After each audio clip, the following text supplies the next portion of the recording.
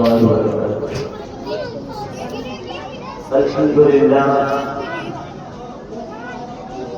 لله كفى وسلام على عباده الذين اصطفى. أما بعد فقد قال الله تبارك وتعالى في القرآن المجيد والفرقان الحميد: أعوذ بالله من الشيطان الرجيم. بسم الله الرحمن الرحيم. يعلم خائنة الأعين وما تخفي الصدور. وقال تعالى: اقرأ باسم ربك الذي خلق الإنسان من علق اقرأ وربك الأكرم. وقال تعالى: قل هل يستوي الذين يعلمون والذين لا يعلمون إنما يتذكر أولو الألباب. صدق الله العظيم. وقال النبي صلى الله عليه وسلم: لا يؤمن أحدكم حتى يكون هواه تبعا لما جئت به أو كما قال صلى الله عليه وسلم. قابل قدر سامعین اکرام، معزز علماء اکرام اور پیارے بچوں، اللہ تبارک و تعالیٰ کا لاکھ احسان ہے کہ اس نے ہمیں ایک اتنی خوبصورت زندگی عنایت کی کہ جس سے ہم زندگی کی عیش و آرائش، زندگی کے اندر اپنی سہولیات اور زندگی کے اندر اپنی زندگی کو اس طریقے سے گزارنے کے طور پر اپنی زندگی کو آسانی کے ساتھ گزار رہے ہیں جیسے آج ہم آزاد ہیں. اور آزادی بھی ایسی نہیں بلکہ اللہ تبارک و تعالیٰ نے ہمیں ہر چیز کی آزادی عنایت کی ہے. بولنے کی آزادی، کھانے کی آزادی، پینے کی آزادی، غرض یہ کہ اللہ تبارک و تعالیٰ نے ہمیں اپنے مرضیات کے مطابق زندگی گزارنے والا بنایا ہے. اس پر ہم اللہ تبارک و تعالیٰ کا جتنا احسان مانیں، جتنا شکر ادا کریں وہ کم ہے. یقیناً اللہ تبارک و تعالیٰ نے ہمیں انسان بنایا. انسان بنانے کے ساتھ ساتھ اللہ تبارک و تعالیٰ نے بے شمار احسانات ہم پر کیے اور اتنے انعام کی بارش کی کہ انسان اگر ان پر غور کرے، خود اپنی ذات پر انسان غور کرے کہ اللہ تبارک و تعالیٰ نے ہم پر کتنے احسانات کیے ہیں، کتنے انعامات کیے ہیں، کتنی نعمتیں باری لاگو کی. دن اور رات میں ہم دیکھتے رہتے ہیں. اگر انسان غور کرے قرآن کی یہ آیت فَبِأَيِّ آلَاءِ رَبِّكَ تَتَمَارَىٰ، تمہاری تعالیٰ کی کن کن نعمتوں کو شمار کرو گے. قرآن کہتا ہے كُلُّ مَنْ عَلَيْهَا فَانٍ وَيَبْقَىٰ وَجْهُ رَبِّكَ ذُو الْجَلَالِ وَالْإِكْرَامِ. ہر ذات فنا ہو جائے گی، ہر چیز فنا ہو جائے گی. کیا زمین، کیا آسمان، کیا زمین، کیا پرند، کوئی چیز روئے زمین پر باقی نہ رہے گی. اگر کوئی ذات باقی رہے گی اور کوئی کریم کی باقی رہے گی، اس کے علاوہ معلوم یہ جتنی چیزیں ہیں وہ ساری کی ساری چیزیں فنا ہو جائیں گی. ظاہر اللہ تبارک و تعالیٰ نے ہمیں دنیا کے اندر ایسے ہی نہیں بھیج دیا بلکہ ایک مقصود ہے. باری تعالیٰ کا ایک مقصد ہے انسان کو آزمایا جائے، انسان کو پرکھا جائے، انسان کو جانچا جائے کہ انسان کس قابل ہے، کہ انسان میرے حکم عبوری کرتا ہے، یہ میری باتوں کو مانتا ہے، میری اطاعت کرتا ہے، میرے رسول کی فرمانبرداری کرتا ہے، یہ میرے رسول کی نافرمانی کرتا ہے. چنانچہ قرآن کہتا ہے اطیعوا اللہ واطیعوا الرسول، اطاعت کی جائے اللہ کی، اطاعت کی جائے رسول اللہ کی.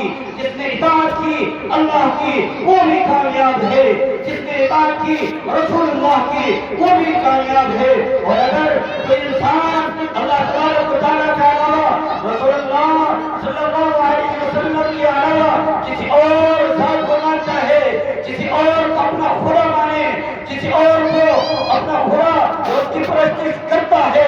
یاد رکھنا اللہ تبارک و تعالیٰ کا اس سے کوئی تعلق نہیں ہے.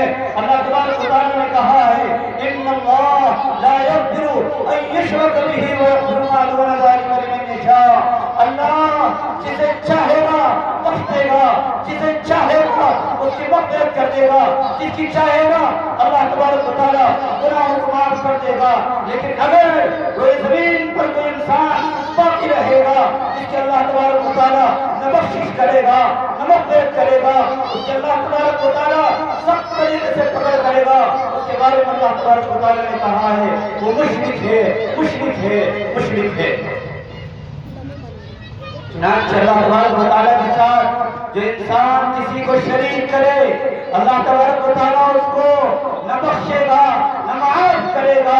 اللہ تبارک و تعالیٰ نے خاص طور پہ کہا ہے، قرآن کہتا ہے اقرأ بسم ربک الذی خلق، پڑھو اس پروردگار کے نام سے، اس رب کریم کے نام سے جس نے تمہیں پیدا کیا. بڑی اچھی بات ہے یہ کہ آج ہمارے درمیان مدارس قائم ہے، ہمارے درمیان مساجد قائم ہے، ہمارے درمیان علم کے ادارے قائم ہیں.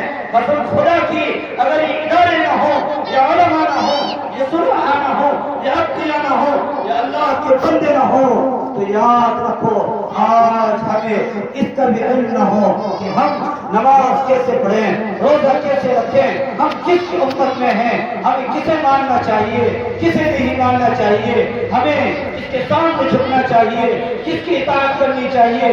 یہ علماء موجود ہیں، یہ قرآنی ادارے موجود ہیں، یہ صلحاء موجود ہیں. تو آج زمین پر ہر چیز موجود ہے. آج ہماری تربیت کرنے والے لوگ بھی موجود ہیں. آج ہمارے درمیان ایسے لوگ جائے میری اولاد کو ہر اچھی چیز فراہم ہو جائے. میری اولاد اگر آپ نے اس کی تربیت اچھی رکھی ہوگی، کل قیامت میں یہ باری تعالیٰ کے سامنے کھڑی ہو جائے گی اور باری تعالیٰ کے سامنے کھڑی ہو کر کہے گی ربا یہ میرا باپ ہے، یہ میرا باپ ہے، اس نے کبھی مجھے تعلیم نہ دی، اس نے میرا نام اچھا نہ رکھا، اس نے مجھے دین تعلیم کے بارے میں کبھی نہ سمجھایا، اس نے مجھے کبھی بتایا یہ نہیں بتایا اسلام کسے کہتے ہیں، ایمان کسے کہتے ہیں، محمد کون تھے، ہمارا دین کیا ہے، ہم کس مذہب کے ماننے والے ہیں، کبھی ہمیں ان باتوں کو نہ سمجھایا. یہی بچہ جس کے لیے آپ نے اتنی دوڑ دوڑ کی ہے، یہی بچہ آپ کے خلاف کھڑا ہو جائے. بڑی شرمندگی کی بات ہے کہ جب ایک بچہ جس کو ہم نے پالا ہو، پوسا ہو، بڑا کیا ہو، جوان کیا ہو، جس کے ہم نے بڑی محنت کی اور کد و کاوش کی رقم اس کی جوانی پر خرچ کی ہو، اور جوانی جب آئی وہ بچہ اپنی جوانی سے اس قدر پھسل گیا، اس قدر پھسل گیا جس کی بنیاد پر آج وہ بچہ نہ ماں کی بات ماننے کو تیار ہے، نہ باپ کی بات ماننے کو تیار ہے، نہ خاندان کی بات ماننے کو تیار ہے، نہ یاروں کی بات ماننے کو تیار ہے، نہ رشتہ داروں کی بات ماننے کو تیار ہے. فرض یہ کہ وہ کسی کو بڑا ماننے کو تیار نہیں ہے اور نہ کسی کو چھوٹا ماننے کو تیار ہے. جبکہ اولاد کے لیے قرآن جگہ جگہ کہتا ہے، اولاد سے بار بار کہہ رہا ہے قرآن، چاہیے کہ اولاد اپنے ماں باپ کی اطاعت کرے، چاہیے کہ اولاد اپنے باپ کی تعظیم کرے. قرآن کہتا ہے اف لکما، تم اپنے ماں باپ کو اف تک نہیں کہہ سکتے، تم اپنے ماں باپ کو ہلکا سا تیز آواز سے بھی نہیں بول سکتے. بڑی قد و کاوش ہوتی ہے ایک ماں باپ کو اپنے بچے کو جوانی کی دہلیز پر پہنچانے کے لیے. وہی اولاد جب کل آپ کی تربیت کی ناقص کی بنیاد پر آپ کے سامنے آنکھ دکھائے، آپ کو غصہ ہو، یہ اولاد اس وجہ سے کر رہی ہے کہ ماں باپ نے ان کی تربیت اچھی نہیں کی. آج ہمارے والدین اس بات کو سمجھ جائے کہ ہاں ہم پر بھی کوئی ذمہ داریاں ہیں، ہم پر بھی کچھ ذمہ داریاں بنتی ہیں. اللہ تبارک و تعالیٰ نے ہم پر بھی کچھ ذمہ داریاں عائد کی ہیں. کاش ہمارے والدین بات کو سمجھ جائیں تو یقیناً کامیاب ہو جائیں گے۔ اولاد کو چاہیے کہ وہ ماں باپ کی تعظیم کرے، اولاد کو چاہیے کہ وہ ماں باپ کا ادب کرے، اولاد کو چاہیے کہ وہ ماں باپ کی ہر کہنا مانے، ہر بات کو مانے۔ اگر آپ نے ماں باپ کی بات مانی آپ کامیاب ہوں گے، اگر آپ نے ماں باپ کی بات نہ مانی تو یقیناً آپ کامیاب نہیں ہوں گے۔ چنانچہ اللہ کے رسول صلی اللہ علیہ وسلم نے ارشاد فرمایا کہ اگر میری ماں آج زندہ ہوتی، محمد کی ماں زندہ ہوتی اور میں عشاء کی نماز پڑھتا ہوتا، میری ماں مجھے آواز دیتی بیٹا محمد، میں اپنی نماز توڑ کر کے اپنی ماں کی آواز کو سنتا۔ کیوں؟ اس لیے کہ میری ماں کے پیروں کے نیچے جنت ہے۔ اس لیے میرے عزیزو اپنے ماں باپ کی قدر کریں، اپنے آپ کی قدر کریں، اپنے ماں باپ کی عزت کریں، ان کی قدر کی نگاہوں سے دیکھیں۔ اگر آپ نے ان کی عزت کی، کل آپ کی اولاد آپ کی عزت کرے گی، کل آپ کی اولاد آپ کی قدر کرے گی، کل آپ کی اولاد آپ کو سمجھے گی۔ اگر آج اپنے اولاد کو نہ سمجھایا، ان کی تربیت نہ کی تو یاد رکھنا ان کو نہ پڑھایا، ان کو نہ سمجھایا، ان کو اچھی تعلیمات نہ دی، ان کو دینی تعلیم نہ دی تو یقیناً سمجھ لینا کہ آپ کل جب بڑھاپا آئے گا مسائل کے اندر ہوں گے، آپ بھی کوئی بات ماننے کو تیار نہ ہوگا۔ چنانچہ اسلام کہتا ہے قرآن کی ایک باتوں پر عمل کرنے کی ضرورت ہے۔ اگر ہم نے آپ اور آپ نے قرآن کی باتوں پر عمل کیا ہم کامیاب ہو جائیں گے۔ اگر ہم نے قرآن کی باتوں پر عمل نہ کیا، رسول اللہ صلی اللہ علیہ وسلم کو آراستہ اور بے راستہ اور رہبر اور قائد نہ جانا تو یقیناً آج نہیں ہماری زندگی اسی وقت برباد ہو جائے گی جب ہم نے رسول اللہ صلی اللہ علیہ وسلم کی بات کو نہ مان کر دوسرا راستہ اختیار کیا ہو۔ اس لیے میرے عزیزو اپنی اولاد کو دینی تعلیم سے آراستہ پیراستہ کریں، اپنی اولاد کو قرآنی تعلیم دیں۔ میں منع نہیں کرتا، اسکول میں بھیجیں، کالج میں بھیجیں، اچھی تعلیمات حاصل کرائیں، بہترین ایجوکیشن حاصل کرائیں، انجینئر بنائیں، ڈاکٹر بنائیں، IAS آفیسر، IPS آفیسر بنائیں، سب کچھ بنائیں، لیکن اس کے ساتھ ساتھ یہ بات یاد رہے آپ دینی تعلیم کو پڑھانا، آپ دینی تعلیم دینا ہرگز نہ بھولیں۔ اگر آپ دینی تعلیم دینا بھول گئے تو یقیناً آپ خسارے میں ہوں گے۔ کیوں؟